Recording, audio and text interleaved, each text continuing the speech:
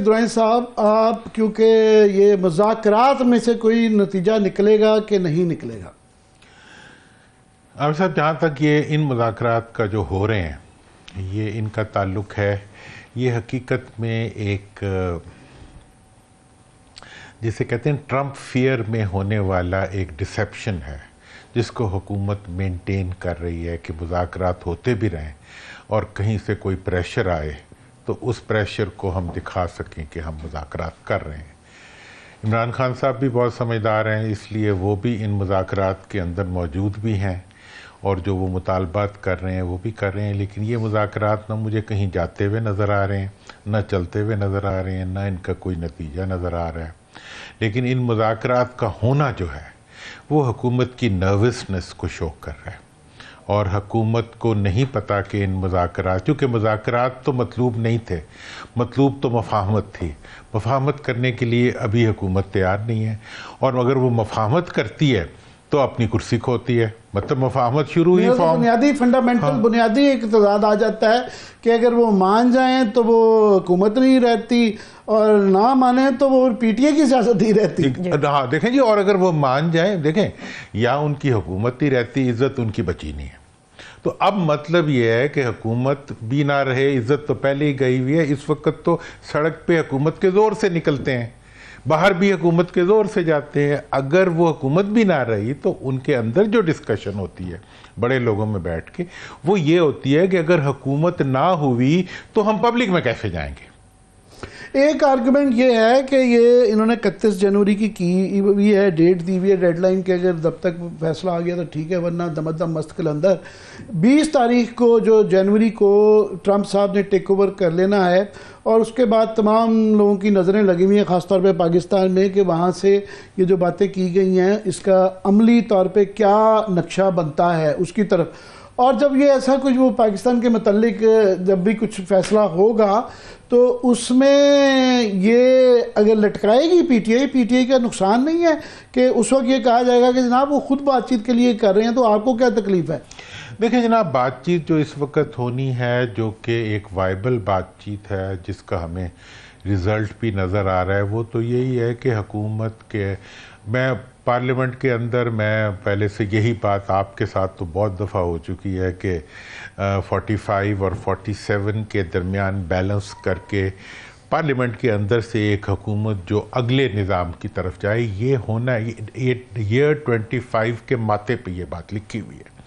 अब इस वक्त जो इसका पॉलिटिकल रूट निकल रहा है वो ये निकल रहा है कि जी मुस्तकबिल में मैं देख रहा हूँ, मैं खुद इसका हिस्सा हूँ, कि मुझे एक अपोजिशन का ग्रैंड यूनिटी और ग्रैंड अलायंस नज़र आ रहा है जिसमें सेंटर, राइट ऑफ सेंटर की तमाम पार्टीज़ जो हैं वो इकट्ठी नज़र आ रही हैं, वो बल्कि वो तमाम पार्टीज़ इकट्ठी नज़र आ रही हैं जो इस वक्त हुकूमत में नहीं है।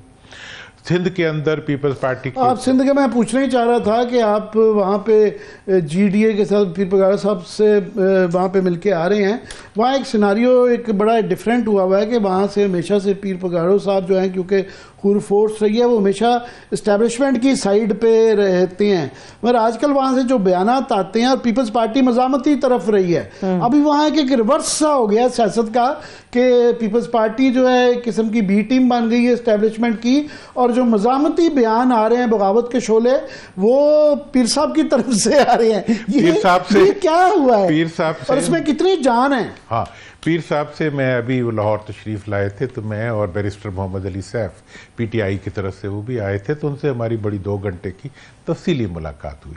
तो हमने उनसे पूछा कि जी ये क्या हो रहा है। उन्होंने कहा जी देखें मेरा एक, हमने कहा आप तो हमेशा से इस्टेब्लिशमेंट के राइट साइड पे रहे हैं, तो अब क्या सूरत हाल है? उन्होंने कहा जी मेरे से इस सिलसिले में बात हुई है और मैंने वजाहत से कहा है कि मैं पाकिस्तान के कौमी मफाद के अंदर मैं मुकम्मल तौर पे अपने मुल्क के कौमी मफाद के राइट साइड पे खड़ा हुआ हूँ और पाकिस्तान की वो तमाम, रियासत की वो तमाम क़ुव्वतें जिनके ज़िम्मे पाकिस्तान का इस्तेहकाम और तहफ़्फ़ुज़ है, मैं उनके साथ हूँ। लेकिन मैं पाकिस्तान के नेशनल इंटरेस्ट में तो साथ हूँ, लेकिन मैं कुछ लोगों के वसी तर मफाद में साथ नहीं हूँ। अच्छा। मैंने कहा ये वसी तर मफाद क्या है? उनका ये वसी तर मफाद वो है जिसके ज़रिए सिंध के अंदर और पाकिस्तान के अंदर मुख्तलिफ अफराद अपने पैसे लगा के अपना इक़्तिदार खरीदते हैं। तो मतलब उनका ये था कि हम पाकिस्तान के तहफ़्फ़ुज़ के लिए तो हम हर वक्त खड़े हैं, लेकिन पाकिस्तान के अंदर आवाम का हक जो है वो आवाम को दिलवाने के लिए। सिंध का एक दुआई साहब ज़रा एक हमें समझाएं, आप होके आए हैं वहाँ से कुछ अर्सा पहले, अभी तो लाहौर से मुलाकात हुई आपकी, कि एक तासुर यही है कि पीपल्स पार्टी अंदरूने दही सिंध के अंदर अभी भी वही एक ताकतवर है, पीटीआई ने भी अपना होमवर्क नहीं किया, और ये जीडीए की भी एक महदूद पॉकेट्स हैं, उससे बाहर नहीं है। पीपल्स पार्टी के लिए ये कोई थ्रेट नहीं है। तो आपको क्या कोई बड़ा थ्रेट लग रहा है पहले से बना, क्योंकि हर दौर में एक अलायंस सी जीडीए टाइप बनती है, मगर उसमें 2 सीटें जो है ना 2-3 से लेके ज़्यादा 5-6 तक चली जाती हैं। अब तो वो 5-6 वाला मामला भी नहीं रहा। देखें, अगर आज ये सिंध के अंदर आप कहीं भी चले जाएं, ये बात आपको आम शहरी से भी मिलेगी।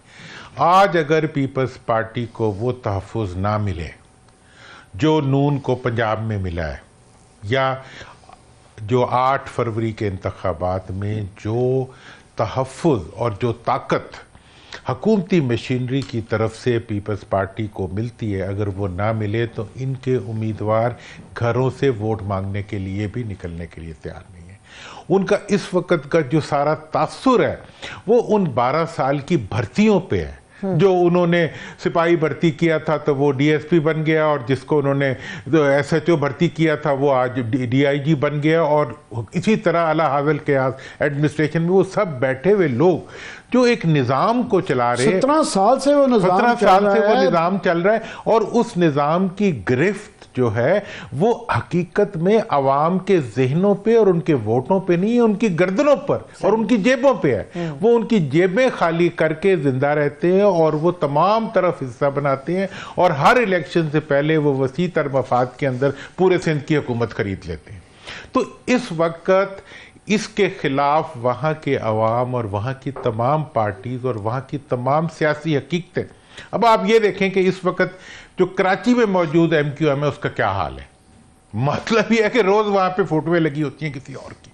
मतलब यह है कि इस वक्त जो तमाम बनावटी हुक्मरान और बनावटी सियासतदान इम्पोज किए गए हैं वो अपना वजन खोल रहे हैं। यही हाल पंजाब में। और मैं ये आपको बताऊं, ओवरऑल भी मैं चाह रहा हूं कि जरा सम अप कर दें कि किधर हालात किधर रही है, सियासत किधर जा रही है। देखें जी, सियासत के बारे में मैं आपको ये बता दूं कि इसी महीने के अंदर या अगले महीने तक मैं मुल्क के अंदर एक ऐसी यूनिटी देख रहा हूं जिसमें PTI, GDA और कुछ सियासी कुव्वतें जो हैं वो राइटिस्ट फोर्सेस जो है वो सब इकट्ठे होकर हंगामे के लिए नहीं, जुलूस निकालने के लिए नहीं, किसी उसके लिए नहीं, मतलब मैस अग्रेशन के लिए नहीं, बल्कि सियासत के लिए और मुल्क के अंदर नए इंतखाबात के लिए और मुल्क के अंदर जो माजी में इंतखाबात हुए हैं उनकी क्लिनजिंग के लिए वो एक सियासी मूवमेंट शुरू करेंगे।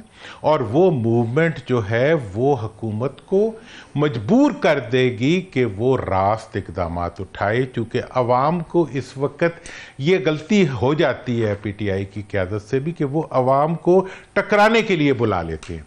सियासत टकराव का नाम नहीं है, सियासत दो चीज़ों का नाम है।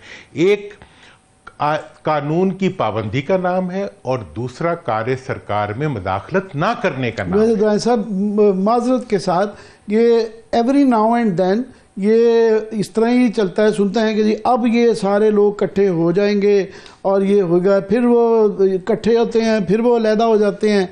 तो ये प्रेशर जब तक नहीं होगा तो गवर्नमेंट तो इस तरह ही करते करते 2.5 साल वो गुजार गए हैं, 1 साल उनको अभी हो जाएगा तो गवर्नमेंट को जो कुछ अरसे बाद। तो ये आप कह रहे हैं कि कुछ किए बगैर सिर्फ इनके इकट्ठे बैठने से ही ये मामला टल जाएगा? वो मैं अर्ज करता हूँ, देखें जी 2 साल तो इन्होंने गुजारे, 11 बिलियन कर्जा भी ले लिया नया, और इस वक्त पाकिस्तान की तारीख का फास्टेस्ट फिगर दे दूं आपको। 27 महीने की इनकी जो गवर्नमेंट है उसमें 27 ट्रिलियन का नया कर्जा है जी। 27,000 अरब रुपया, एक महीने का 1 ट्रिलियन का कर्जा बढ़ा है पिछले 27 महीने में जी। इस कीमत के ऊपर इस हुकूमत को बिठाना है तो बिठा लें। एक चीज अवाम उठा सकते हैं तो उठा लें।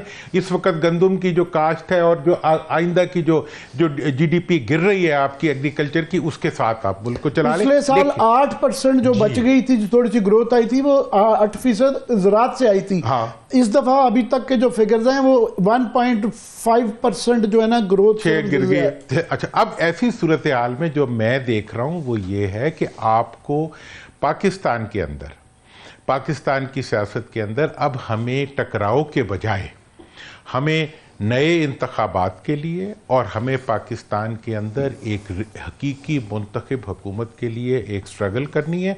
उस स्ट्रगल में ये तमाम कुव्वतें शामिल होंगी और ये जो पंजाब और सिंध को जेल खाना बनाया गया हुआ है, अब ये जेल खाने की रवायत नहीं चल, ये जेल खाना उसी वक्त तक है जब तक आप कानून को हाथ में लेने की बात करें।